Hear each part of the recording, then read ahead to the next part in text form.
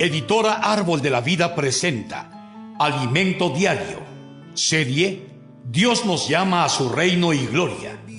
Título: El poder del Evangelio.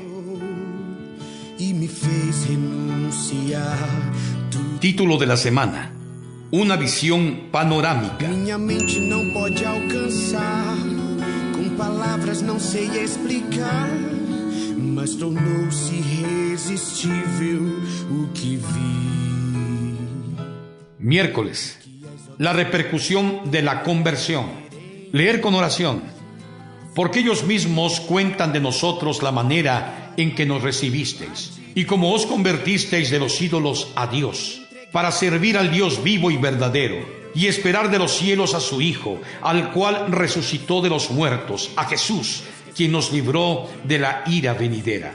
Primera Tesalonicenses 1, 9 al 10. Para comprender un poco más la cultura y la religión de los griegos, recordamos cuando Pablo fue a Atenas y con mucho esfuerzo predicó a Jesús y su resurrección. Como el asunto generó una gran repercusión, los atenienses condujeron a Pablo al Areópago para discutir mejor. La sociedad de aquella época no aceptaba la idea de que solo existía un Dios. Por eso el hecho de que muchos griegos creyeran en el Evangelio repercutió en toda Macedonia. La cultura griega estaba repleta de imágenes de dioses y de diosas. Los teatros exhibían historias de la mitología griega y la moral se enseñaba con los ejemplos de los dioses y semidioses. Todo estaba relacionado con la religión politeísta. Entonces, creer en un Dios, Jesucristo, que murió y resucitó, era muy contrario a la cultura y a la religión de la época. Los griegos que creyeron sufrieron una gran discriminación y aislamiento de la sociedad. El testimonio alcanzó diversos lugares, pues la decisión de ellos fue muy fuerte. Los griegos no aceptaban el gobierno de un solo hombre, de un tirano o emperador, que se autoproclamara un dios.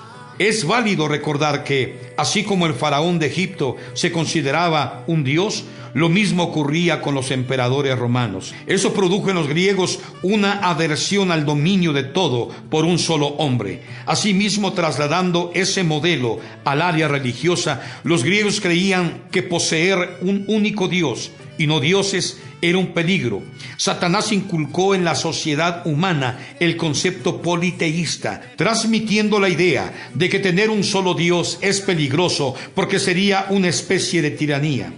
Aún así, Pablo en Atenas predicó sobre el único Dios que creó los cielos y la tierra, afirmando que en Él todos vivimos, nos movemos y existimos, que Él es quien nos da la vida, el aire para respirar y todo lo demás. Aunque este concepto fuera posible de aceptar por los griegos, Pablo no dejó de predicarlo. Como vimos, los apóstoles se enfrentaron problemas religiosos, culturales y políticos, porque predicaron a un rey que asumiría todos los reinos de este mundo y establecería su reino eterno. Entonces podemos imaginar cómo los griegos y el Imperio Romano reaccionaron contrariamente a la predicación de los apóstoles. Después del periodo clásico de la Grecia antigua, en el siglo IV a.C., Felipe II de Macedonia dominó Grecia, que tenía un importante centro político y cultural en Atenas. Después de su muerte, su hijo Alejandro Magno dio continuidad a las conquistas y expandió mucho el imperio macedonio.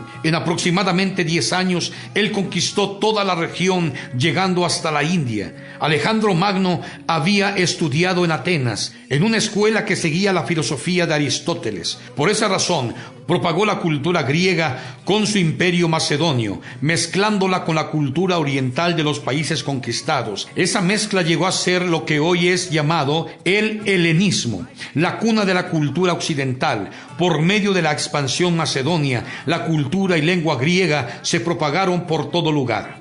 Al estudiar la historia de Israel, percibimos la razón por la cual los judíos legítimos luchaban por la pureza de la raza judía, repudiando completamente la helenización, pues tenían como propósito evitar que la creencia judía se mezcle con la cultura griega. Sin embargo, algunos judíos enseñaban el griego, en desmedro del hebreo, porque en aquella época quien no hablaba el griego era considerado un bárbaro y nadie quería ser marginado.